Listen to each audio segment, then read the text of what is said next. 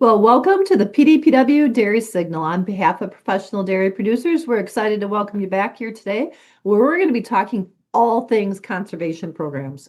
But I just want to point out the aha that I had for today is we're darn near through the halfway mark of 2025. So today is also about thinking ahead and planning.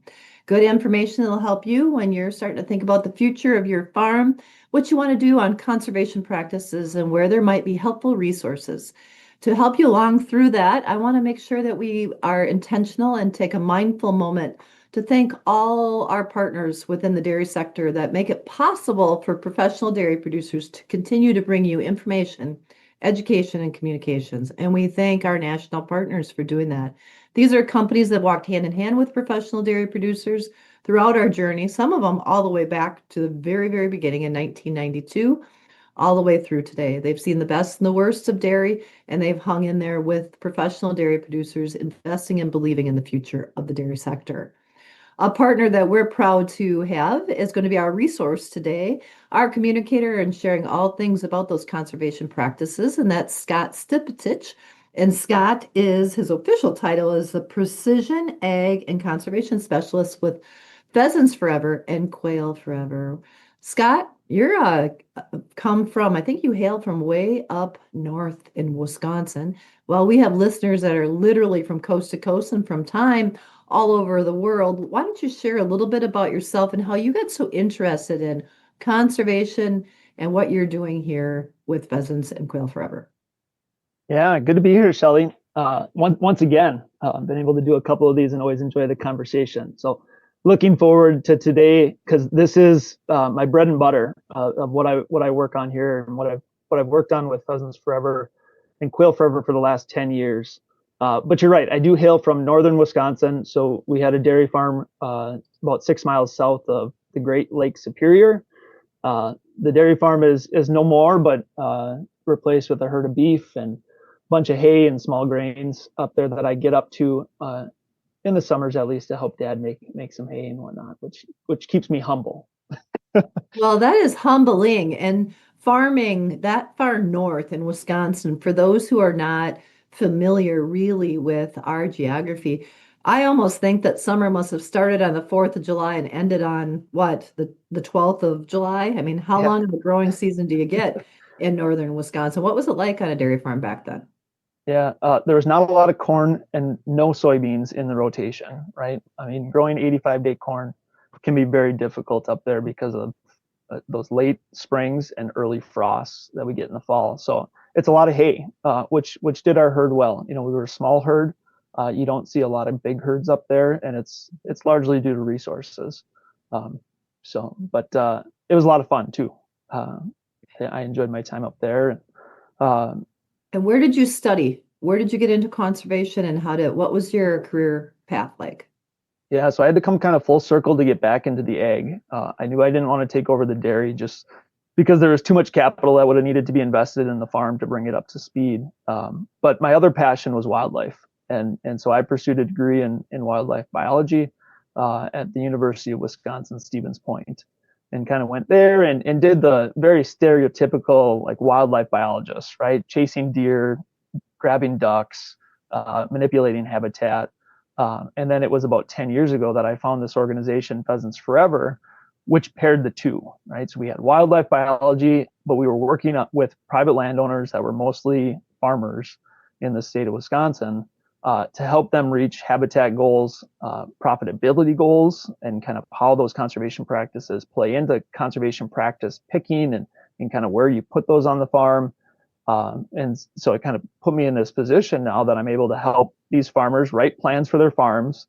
But then taking us to this conversation today, where are those grants? Where are those funding programs that can help us accomplish those? So it can be really financially lucrative to start manipulating the farm or managing the farm with these practices. You know, I remember the first time we met. You were on a farm, a very progressive, one of our most forward-leaning dairies probably in the US. And we were standing in a corner of a field that just because of the lay of the land and the topography there probably was a very, if you looked at it as a cornfield, as it had been years prior, that corner anyway, would have been a very poor yielding corner, no matter how you tried to farm it. But it was this beautiful landscape of pollinators. Plus, it was an area that you were explaining the from a water and tillage perspective was a huge benefit to capturing rainwater. And that's when I was so impressed because not only probably because you grew up with your feet on a dairy farm, you know our needs and our language, you understood and you studied the topography and the needs of the wildlife, but you were helping and you were talking about the dollars and cents of putting in a pollinator plot there and how it was helping. And that's just this whole world coming together. And that's what we do in farming. We have to be thinking about the future, taking care of our lands, producing profit, producing a positive product. But there are some places where we can plug in and there's resources out there. I admitted to you, I am the worst when it comes to, for our farm, connecting to those resources. So today, I'm hoping that what we'll do for our listeners is help all of them rediscover, especially in a time when we've been hearing how government programs and opportunities have been really pulled back, helping us plug in and see where we can not only help find some dollars, but in the big picture, really help the overall health of our businesses and our farms. And I'm just going to turn it over to you. We're going to take a big leap in forward.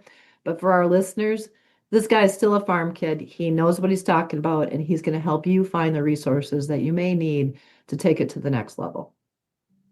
Well, yeah, that's a great lead in. There is a lot of kind of question marks about what kind of funding is available. I'm here to say that like the core programs that have been around for the last 20 years are still around. They might not be funded at levels that they have been over the last 5 years. That was kind of generational funding. And I'm very specifically talking about the IRA or Inflation Reduction Act, billions of dollars that were kind of pumped through USDA programs for support of our farmers. So those kind of left, but we're still left with where we were back, 2019-ish, which is still very robust programs and very wide kind of choice of what a farmer wants to do for programs. And so we can get into like how do you navigate kind of the world that is programs, right? I work in it daily and I'm constantly learning about how these programs are changing. And so to ask somebody that's not sitting at a computer a lot of the times or at least involved in these conversations, it can be daunting. And so surrounding yourself with the right resources is where we're going today. So in kind of preparation for this and to organize my thoughts, I put together like a top 10, right? Of like what a person needs to know to be effective at trying to find help, is what we can simply do. And so if you're listening right now from the cab of your tractor, grab a pen, maybe just keep it right there. And here we go. Strap yourself down because there's a top 10 coming. That's a great way to organize. Oh, but these are recorded, Shelly. So we're good, right? We can just come back. Yeah, we're all busy. We listen to it once and we go. These recordings go, forever. You can go to the library, but today they want to get it because they want to take advantage of these things right away. Perfect. Well, let's start. I think my first one is just to understand like what is the big funding machine that everybody should be aware of, and that comes down to the federal farm bill, right? We all hear it. We know there's a ton of titles within this spending bill. It's a 5-year bill. The title that we're interested in right now is the conservation title, and that sets up kind of three major programs that I think every producer needs to be aware of. These have not changed. I think all these programs have been around for at least the last 15 years. And so the first one is the Conservation Reserve Program. And I'm just going to give you kind of a quick elevator pitch for what the program is. And we can get into more details if we want. But so Conservation Reserve Program, CRP, basically it's a little bit longer contracts. We're looking at maybe 10 years at a minimum, up to 15 years. And USDA just wants to rent ground that's sensitive, environmentally sensitive, right? So we're often looking at edges of the fields. We're looking at wet spots in the fields. We're looking at dry, steep hills, things that aren't really productive ground. So the government will rent it for 10 years in exchange for planting perennial cover. So a lot of times it's grass or flowers. Sometimes it can be trees. But there's great cost share set up to help get that cover established. So So the producer or the landowner would get that cover established, get reimbursed for that cost, and then they're going to be paid an annual rental payment for the life of that contract. So that's CRP, or Conservation Reserve Program. There's two more. So the other one, and probably my favorite program, if there is one, is the Environmental Quality Incentive Program, EQIP. The reason why I like this one so much is it's really simple. Of all the programs that are in that Farm Bill, this is probably the simplest to deal with. It has the shortest contract lengths, where you see some practices having only a 1-year lifespan, where others have maybe a 5 to 10 years, depending on what we pick. But the basics of it is you apply for a practice, you install that practice, you get reimbursed a price that was named up front, regardless of what it costs you to do the work. So it's considered flat rate payments. And then there's no long-term payments, and management is very wide open. So for farmers, producers, landowners that really like to be creative and kind of have control of management down the road, this is the perfect program for them. And it's one, when I work with dairy farmers, this is one that I think is drawn to it because they want to be able to manipulate and change and adapt those practices as the world around them changes. Where CRP it allows a little bit of that flexibility, but not nearly as much as this EQIP program. Okay. And then the last program, which is kind of like EQIP maybe on steroids, is one way that it's talked about, is called the Conservation Stewardship Program, or CSP. And the reason why it's on steroids is because that EQIP program, you can just pick one small part of your field and put maybe a grass waterway in it, or you could do a field border or some kind of edge of field practice, or even like cover crops within field. This CSP program, Conservation Stewardship Program, takes a look at the entire farm operation. So every acre that is under the control of that farmer is looked at for this program, and they look at enhancements and practices across the whole farm and apply for it. So it's really for that farmer that's ready to take that next step. The program does allow a lot of creativity though, which can be an advantage. And those contracts are 5 years, so they're not real long. But that's kind of a quick and fast. Those are the 3 most common programs. There's a lot of umbrellas and strings underneath them of like different pots of money that can be tapped into depending on where you are in the country. But those are federal programs, so they're not specific to Wisconsin. They are nationwide. Are they competitive? Like you could apply, but you may be denied.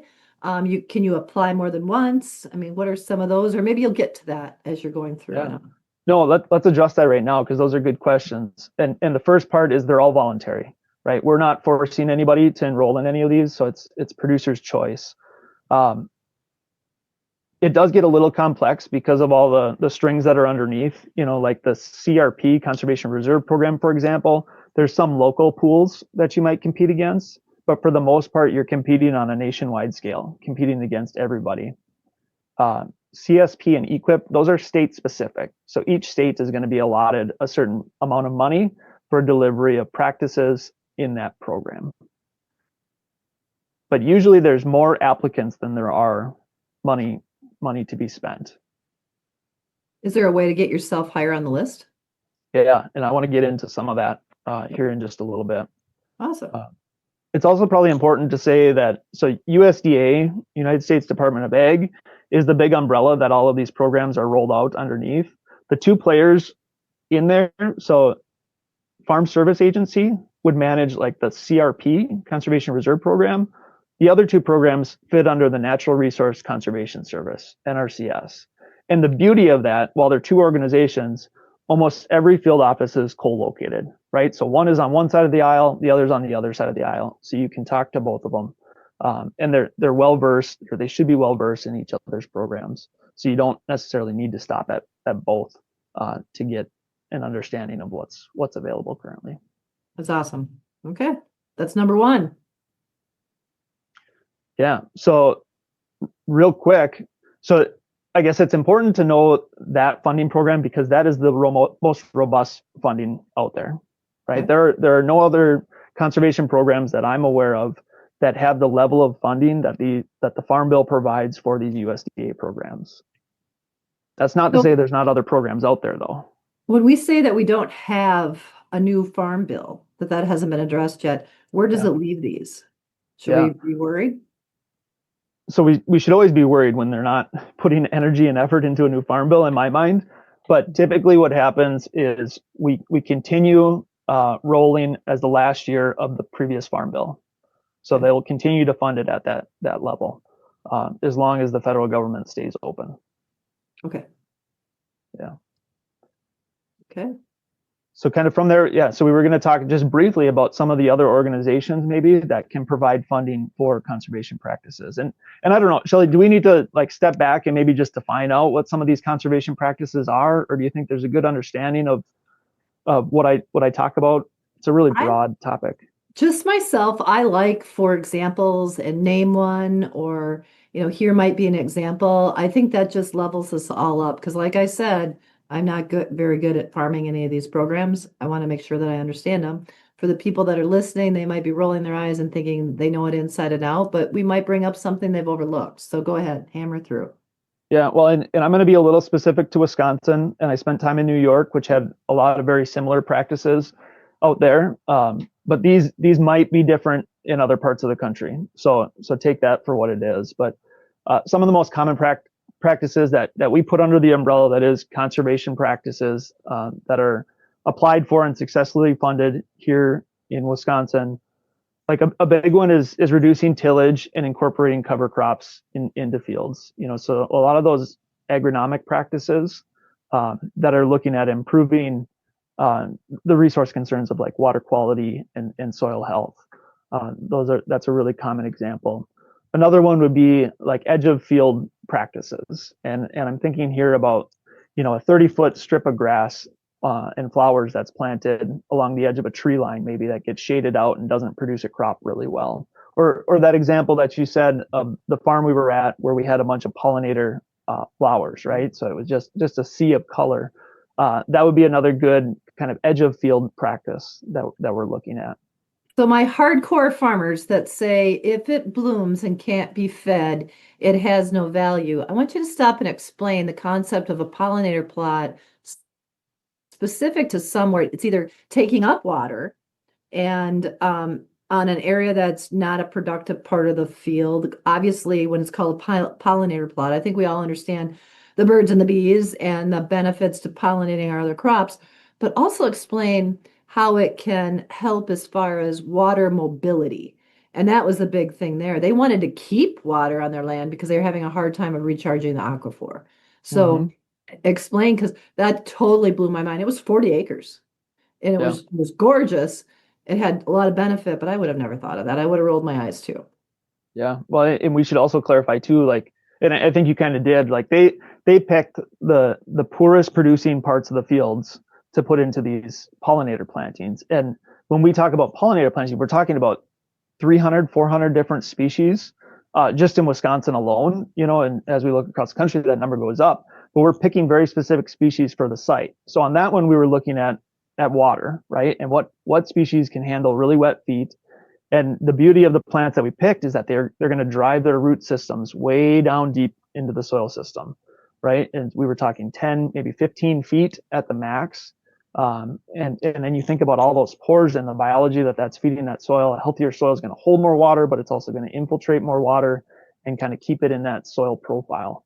And that was their goal, right? That's what they wanted to do with that piece of ground. And then to further it, like there does become a break-even point of if we can't grow it and feed it at a certain price, it's probably worth looking at what are our other options. And that's exactly what they were doing here. And especially where the corn prices right now is not real parallel to what the expense of the investment of planting an acre of corn. So you certainly don't want to be dumping seed and efforts into subpar parts of your field. It might even be more of an economical advantage right now to look at some of those programs. Can you expound upon that a little bit more? Because that's what Well, impressed me. You talked dollars and cents. It not only made soil health and water quality sense, saved him a lot of money that he would have been dumping seed on. yeah, and so that gets into a little bit more of that long, lengthy title that you suggested was my title now of the precision ag component, right? Where we have the technology on most farms, whether it's actually being collected on the farm or we can gather it via satellites. and other remote sensing techniques, where we can dial in and say, on small grids, 30 by 30 foot grids across a field, which of those little grids or squares are making money and which ones are not. And then where we find that collection of those grids that are not, that's where we're looking at some of these conservation programs or just practices alone to make money. But you said something else there too about, the price of corn today is not great, right? But a lot of clients will say, well, maybe it'll rebound here, right? So there's a lot of talk about getting those markets back up.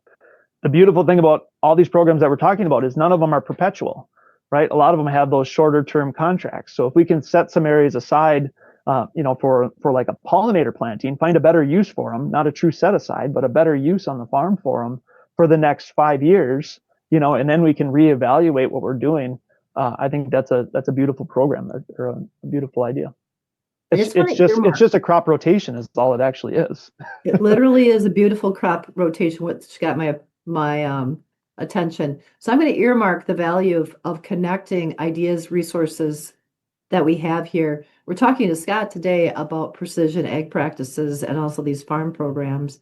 On Thursday, we're going to be talking about markets and the direction of which the world's markets are going based on geopolitical, based on weather and those kind of things. You overlay those two and it's called farming. And so we really want our producers to have the resources. And I think that you'll see it when you talk about markets, where corn is going, where beans are going, and what those prices are probably going to be looking like. So Scott, back to where we were at here. You talked about your top 10. Let's continue to give some examples and let's pound through that list of top 10 I should be thinking about. Yeah, excellent. So we got through one so far, by the way. Right.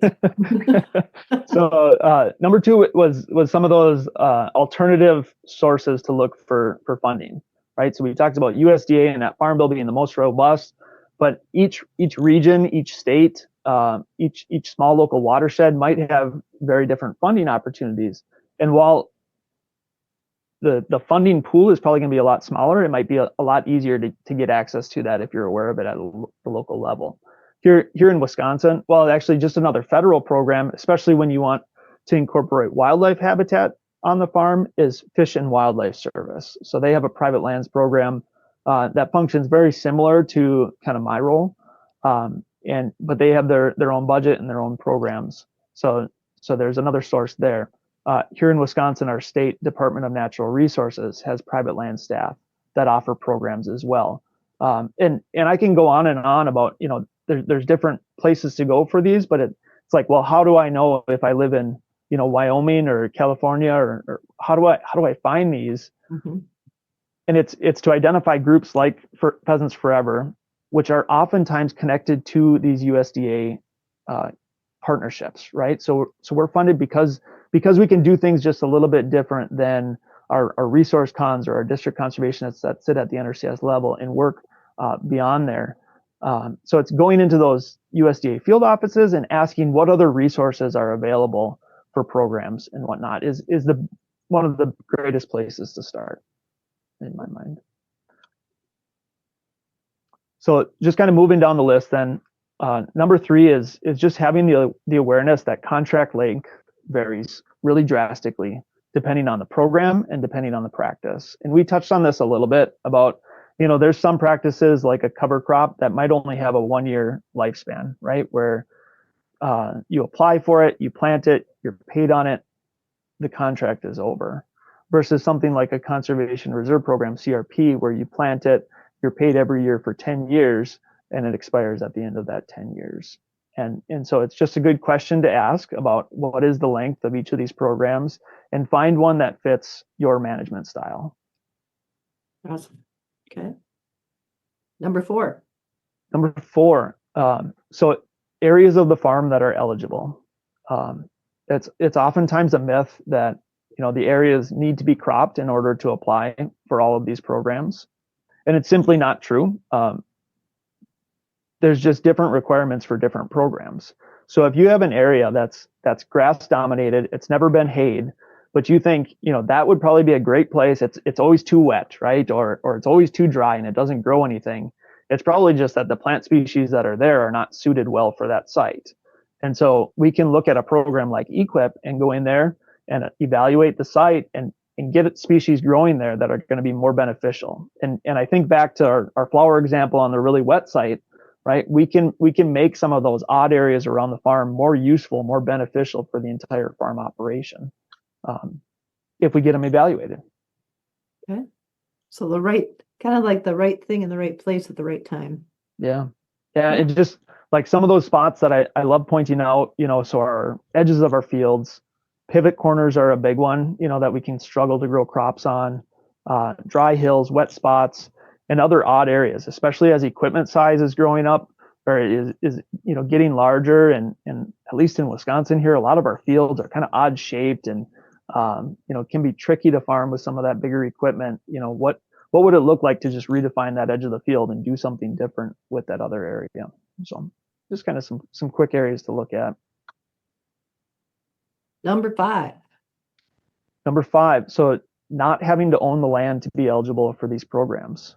So while landowners are almost always eligible for them, it's more important of who has control of the land. So whether it's a rental agreement, at least some kind of family relationship, both landowner and operator can apply for most all of these programs.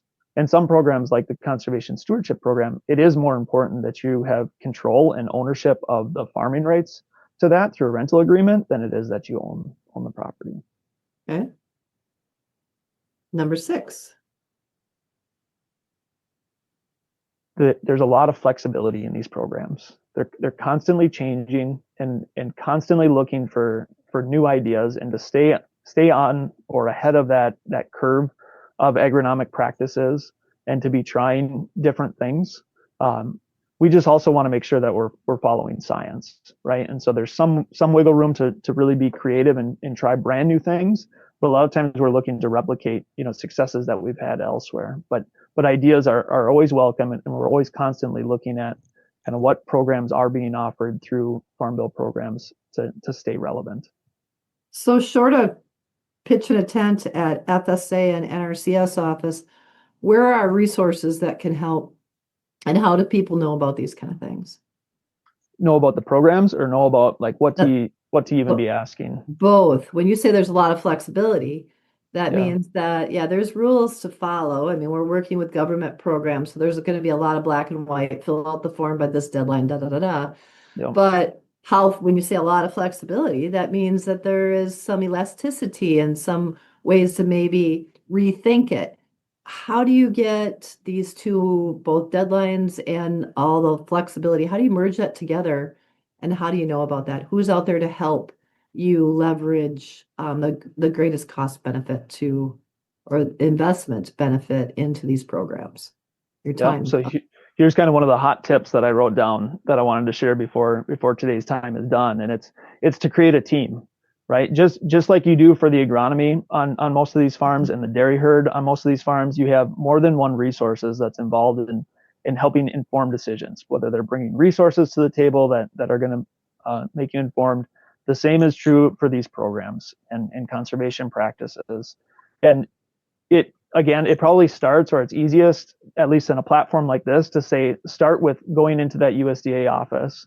You're probably going to be assigned, if you don't have a relationship already, with somebody that's going to come out to the farm and do an evaluation, but be asking the simple questions of like, who are the specialists in the area for, especially if you have an idea, let's say cover crops, who are the specialists in the area for cover crops, or are there any resources, people in the area that would support me if I'm looking to add pollinator habitat to the farm, and start building those names. Find those team members that you connect with and that have values that align with your farm, and keep them close.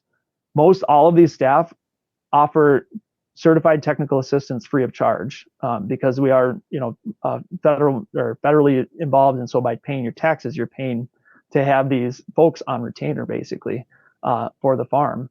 And then don't lose touch with them, right? Be checking back because programs change constantly. So be checking back at least on an annual basis and just get the insight of like, hey, this is what we're looking to do. Share some of the farm plans, and then they can help align with programs that might change or might be in the best interest of the farm.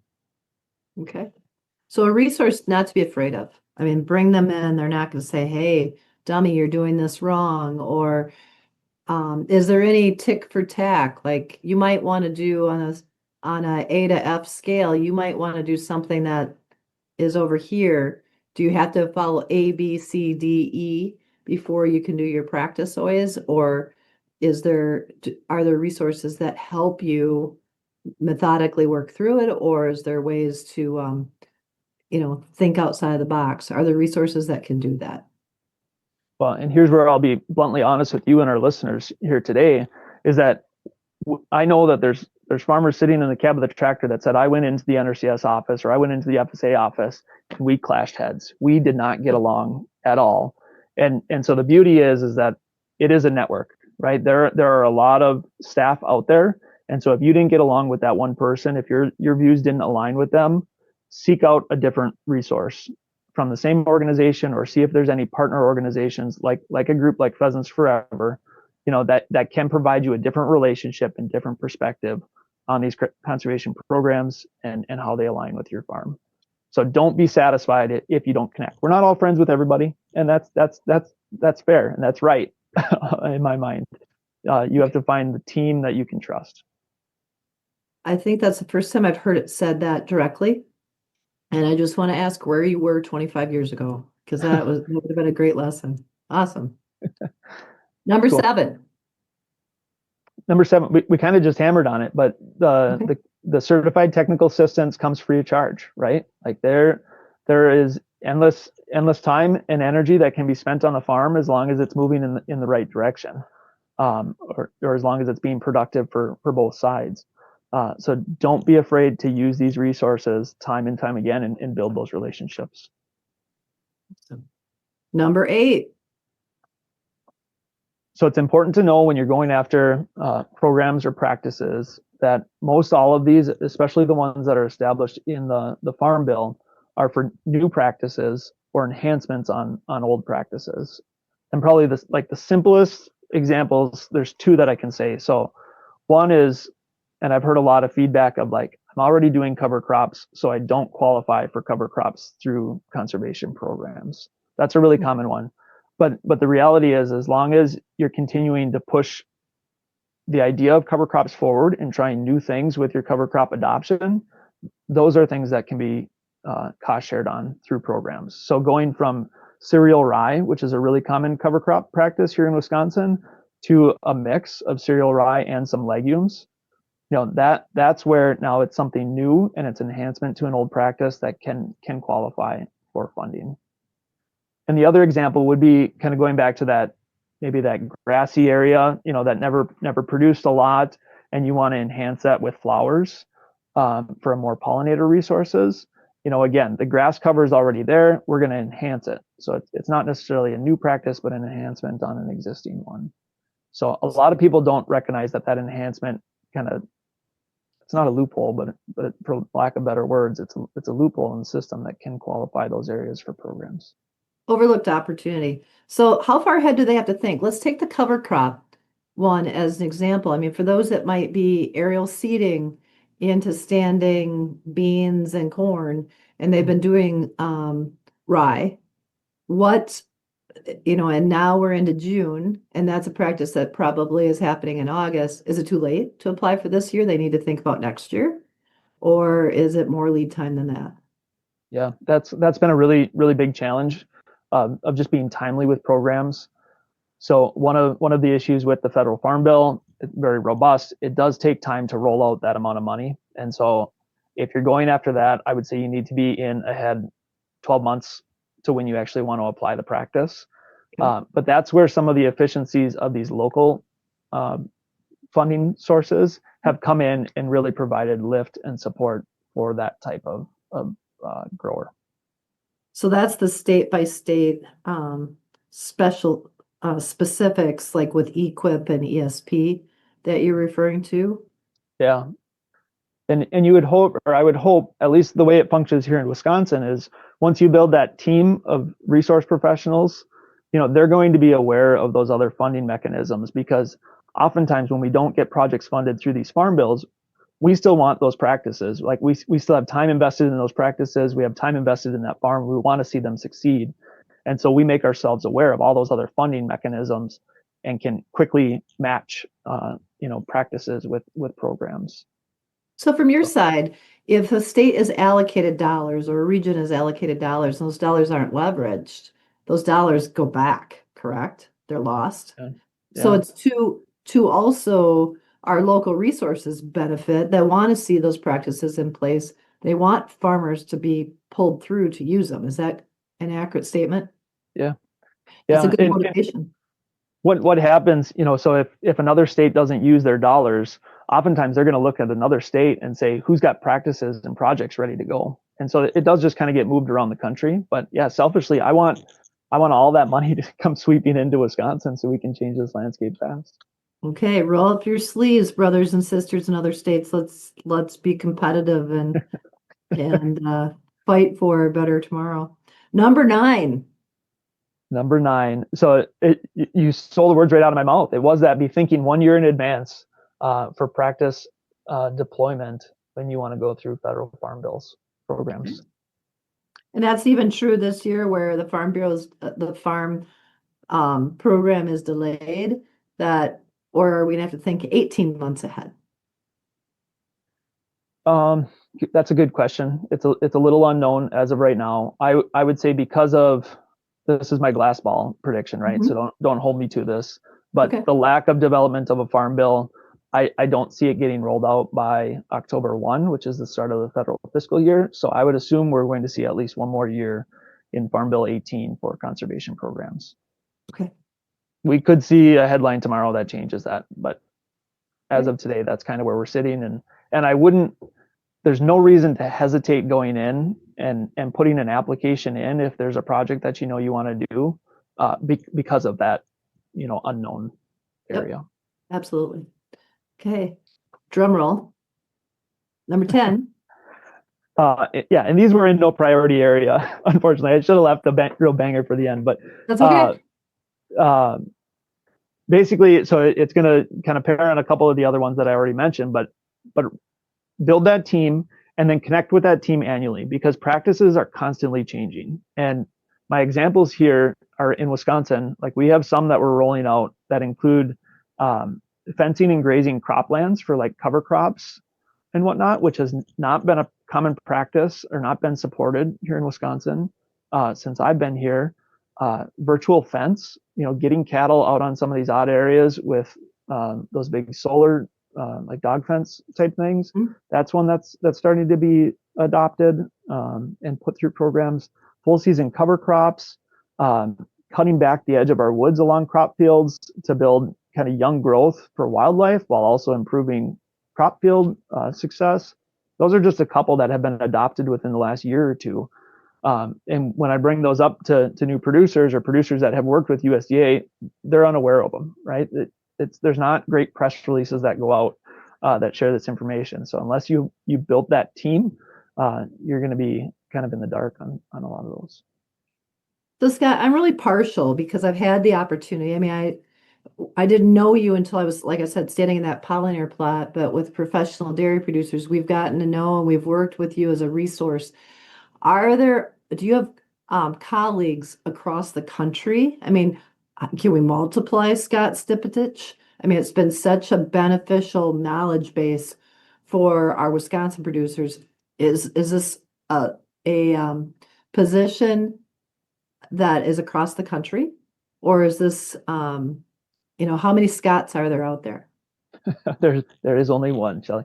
No, Okay. but Keep eating then. You're worth your weight in gold. no. So just for full transparency, I make no commission. I don't charge, right? I am a resource just like NRCS is a resource, and it's because of great partnerships that I'm able to offer that. So Pheasants Forever is a resource. I believe we're in 40 to 45 states currently. So across the majority of the country, we have about 350 staff in those states. And the best way to find us is just go to our website, Pheasants Forever or quailforever.org. And there's a link for Find a Biologist. And so you'll find we hire the best of the best. So you should find more folks with my mentality in those states. Approachable and just, talking farmer to farmer here, for me, it's very intimidating to go in and ask that question at NRCS and FSA, thinking that I'm going to get myself in more trouble than what it's worth, or it's just going to be a big time sink, or anything like that. But when you find somebody that really understands the business, regardless they grew up in it or not, but has the mentality that I want to see you, the dairy farmer, succeed, you really want to hang on to that person. Scott's mentioned 4 times resource team, resource team. And so our friends listening in Pennsylvania or California, I think that's my takeaway here is find that resource team. And, knowing Scott as well as what we do here at Professional Dairy Producers, I think if you have a question about your state, where that team is, contact Scott. He might be able to help speediate the process with his network across the country and helping you do it. Because, man, what a relief it is to know that you've got someone who wants to see you win, and connect with resources. Because we either use it or lose it when it comes to, and we're all taxpayers. And America is free because we can feed ourselves. So we want to make all those things connect. So that was your top 10. You want to run through this boom, boom, boom, boom, and then wrap up with other things that we need to know, Scott. Yep, cool. All right, so 1 through 10 real quick. Number 1, there's kind of 3 core programs that are set up in the Federal Farm Bill. The acronyms are CRP, CSP, and EQIP. Those are the 3 core ones to know about. Number 2 is just be aware that there's likely other funding programs in your area, and those are going to be area specific, and building that team to identify where those other programs are is really critical. Number 3 was understanding that contract length varies. Program by program, practice within each program, anywhere from 1 year to 15 years. Very few, if any, of the programs, certainly none that we talked about today, are perpetual, right? So we're looking at crop rotations, even if it is something that you've never had in your crop rotation, like pollinators. Lots of different areas of the farm is eligible. So both cropland, parts of fields, but then also those marginal areas or those associated areas outside of the traditional field boundary. Number 5 is you don't have to be a landowner in order to be qualified for these programs. So you just need control of the land. And a lot of the time that's shown through a lease or a rental agreement. But landowners certainly are eligible as well. Number 6, we kind of just talked about flexibility within these programs and that there is room for new ideas. Number 7, again, was harping on that resource team, that the technical assistance side of this, there's the funding side and then there's the technical assistance side of these programs. That technical assistance side is free and comes as long as both the resource professionals and the farmer are moving in a productive direction. That time will always be there. Number 7, we're typically looking at new practices, or the loophole or the opportunity is to enhance an existing practice that's already on the farm. And we gave a couple examples of cover crops and then also just grassy fields that you want to diversify. We talked quickly for number 9 about timelines and how we want to be thinking at least a year out if we're applying for Farm Bill programs. But then going back up to number 2 and those local funding opportunities, those might have quicker turnaround and most often do. And then number 10 is that, again, practices and programs are constantly changing. Be relying on that team at least once a year to check in to see if anything is new or changed, and also use it as probably 2-way feedback, right? So if you have a practice that's not currently offered in your state or your area, provide that feedback, maybe show examples of where it's been used properly to get it changed for future years. So that was my top 10. That's your top 10. What other kind of advice would you have for producers just to keep kind of on their radar screen? Yep. So one is when you do get a field visit from resource professionals, try to take the time to be there and walk with them. Don't just give them permission to go out, because that conversation that happens, that's where a relationship is built. And you're going to find more candid conversation when you're face to face with these folks and have them out on your farm versus in the office or just over the phone. Some other hot tips, we kind of talked about it, but don't stop at one. So if you find somebody you don't like, or you find somebody you do like, whether you hold on or change, but then constantly be looking to challenge both the resource professional and yourself, of who are other specialists that we should be including. So some of the neatest teams I've had, we brought in, other biologists that focus on, entomology and bugs and kind of how those relationships are going. I'm more of a bird biologist, right? So I understand kind of the bigger flora and fauna that's going on the farm. But then bringing in the agronomists, like the example that we had that we talked about with the pollinators, Shelley, where we're looking at, we actually brought in the banker on that one as well, where we were looking at the financial side of things and like how does all this all play together? How is it holistically helping farm, which was pretty neat. So don't stop at one is a hot tip there. Like it. Okay. Yeah. So I'm going to open it up for all of our folks that are listening. Go to the Dairy Signal on Slido, my PDPW. If you have any questions out there, make sure that you're asking them through. And then Scott, as that resource, I don't think I've seen your contact information come up. How would they contact you to further this discussion? Because you can say there's 300 of you across the country. I beg to differ, because I just feel like it's so easy to talk to you, and you're so direct with your communications. I think that you'd be a great resource, if nothing else, to connect them with their local resources they may not be aware of. Can you share your contact information with these guys? Yeah. What's the best way to do it? Just say it. Speak it. Yeah. A lot of them are listening on a recording or listening live right now, and they want to hear it.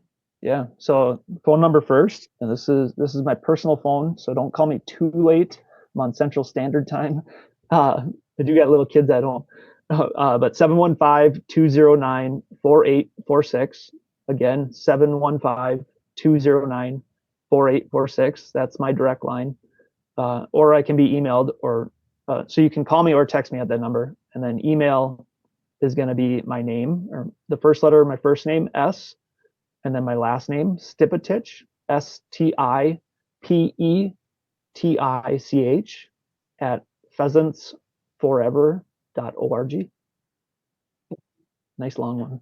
It's a nice long name, but it's one that will tap you into resources. And again, I think in summary, what I heard is, while there's been a lot of news about everything being pulled back, and you want to almost think that there's no resources for farmers with the government, there are some longstanding resources such as CRP, EQIP, and ES or CSP that are still in place. Those longstanding programs and a lot of opportunity. And then there's also our local resources that we may be able to that kind of change a little bit, tap into. So don't hold back. Get in, work with your good folks. I know our county office is sensational. FSA resources and our NRCS office, that's probably not unique across the country. So make sure you tap those people. And the people that I know, they do want to see us be successful, because their jobs count on getting those dollars out and putting practices in place. So with that, Scott, anything you have to add? This time of year, we don't necessarily, our feet are always moving and we've got so much to do, but we are spending a little bit more time in spurts in tractors. When we're on a packing tractor or headed from one farm to the next, what are some things that maybe we should noodle a little bit on about our farm, and questions we might want to ask when we run into a resource person like you? Yeah, so spring planting has not been that far removed. For some of us, we're probably still finishing that up as we move across the country. And think about, where were those problem areas in the field? What slowed me down this year? And has that slowed me down in years past? Were there fields that I really don't like going to plant? They cause me a lot of stress or anxiety about, what time I'm going to get in there, when I'm going to get in there. And that might be all fields, but I'm thinking very specifically, like when I say that, is there one field or farm that pops up in your mind? And that might be the first farm to say, hey, I want to get a team out on that farm to see how I can change this and make it less stressful. Okay. Well, we found some good resources. We got some really good information. I love the top 10 because that's all very chartable and it was all great feedback and counsel that you gave us today. So again, thank you to Scott Stipetich, who is the Ag Precision or the Precision Ag and Conservation Specialist with Pheasants Forever and Quail Forever, located here in Wisconsin, but a lot of that feedback goes across our country and you can tap into those resources. Now, looking forward, as I talked, in for all of us that are in the dairy industry, everything is stackable. That's called what we manage. Some of it's not manageable, like the weather. We can only plan for it and prepare and try to manage our businesses. And then there's the markets. Our markets are so influenced by what's happening around the world, and certainly, and then you stack on top of that our U.S. economy. We're going to be talking markets on Thursday. But more knowledge we have, more information we have, helps us to be able to manage that special little place that we call home. And that's why we're bringing you the Dairy Signal on Thursday. We're looking forward to markets. Stack that on top of what you got today with a good counsel from Scott Stipetich, and make sure that you're leveraging those resources that are there for you locally. Professional Dairy Producers is here as a partner to provide you information, education, and communications. We also want to remind you of a program that we have that provides some additional resources. That's called Your Farm, Your Footprint.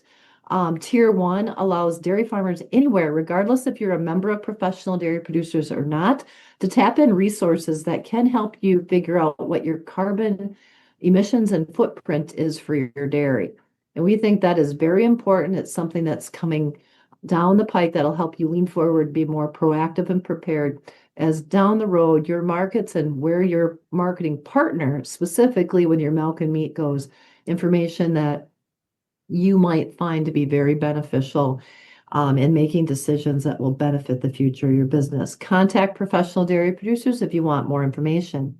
Also, we have continuing education credits for this program, so you can tap onto that. And lastly, a resource that we should all value in the industry, and that's the next generation. Professional Dairy Producers does a lot of youth programming and certainly leadership development. And we have our Accelerate program coming on the 22nd of July. It's for all students that are college age, regardless if you're doing a summer internship or not. That program will be held in Madison, Wisconsin. You can find details on it by going to pdpw.org. And the program is for all college age students that it'll help you with some professional skill development. And I encourage all of our allied industry partners, as well as fellow dairy farmers like my family that's hosting a student intern this year, to get your students signed up for that one-day program that could literally set them up as a spring forward on their future successes. And each individual success in this industry is a success for all of us. And that's what Professional Dairy Producers is all about. So with that, may today be your best, and we'll see you back here on the Dairy Signal. Thank you. Thanks, Scott. Thank you.